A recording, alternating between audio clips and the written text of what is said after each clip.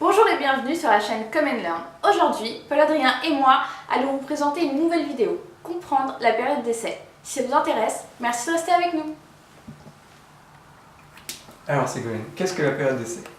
La période d'essai permet à ton employeur d'évaluer tes compétences en fonction de ton travail, uniquement en fonction de tes expériences et de tes compétences. D'accord, mais cette définition, je peux la trouver sur internet. Concrètement, ça veut dire quoi?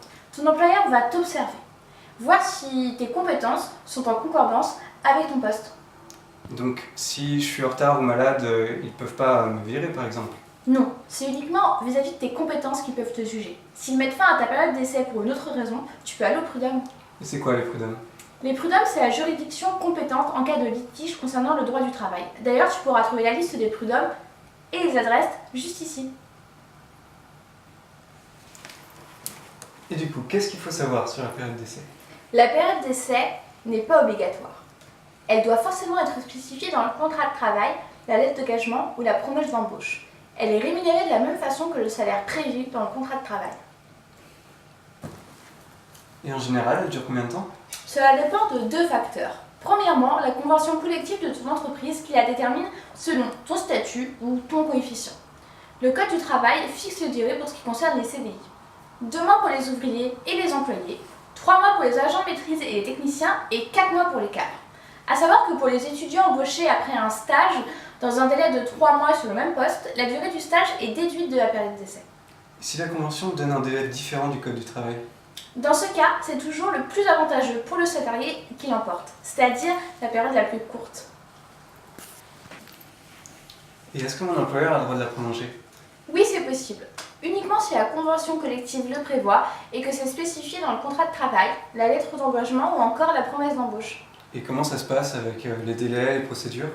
Ton employeur doit te convoquer avant la fin de ta première période d'essai. Tu as le choix, soit d'accepter, soit de refuser.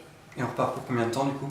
Alors, tout compris, période initiale plus au renouvellement, on peut dépasser 4 mois pour les ouvriers et les employés, 6 mois pour les agents de maîtrise et les techniciens, et 8 mois pour les cadres. Évidemment, toutes ces périodes sont modulées en fonction des conventions collectives. Et donc durant ce délai, chacun peut mettre fin à la période?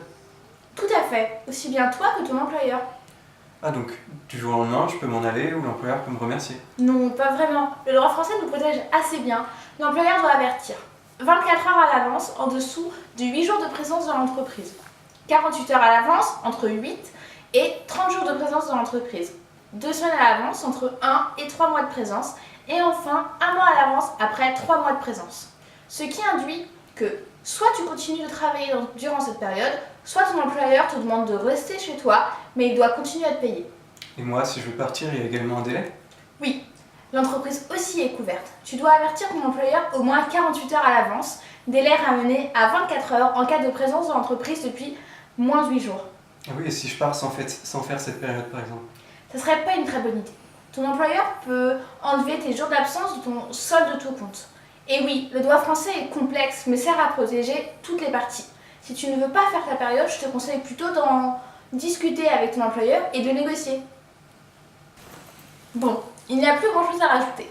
À la fin de chaque contrat, ton employeur doit te remettre le plus rapidement possible ton certificat de travail, une attestation destinée à Pôle emploi et enfin ton solde tout compte. Mais attends, quand une entreprise veut stopper la personne la veille de la fin de sa période d'essai, si on compte le délai d'information, la personne est définitivement embauchée.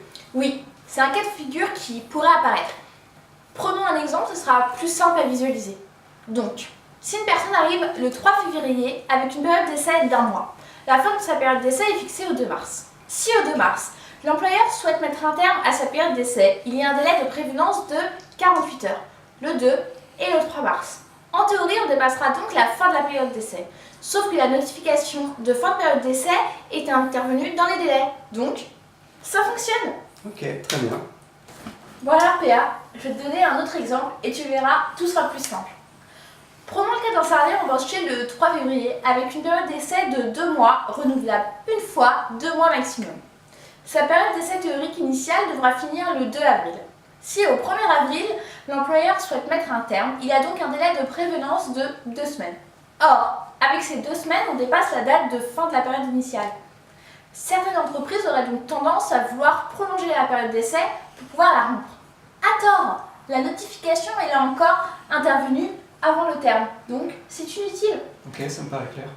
En effet, il faut savoir que la majeure partie des cas, tout se passe bien.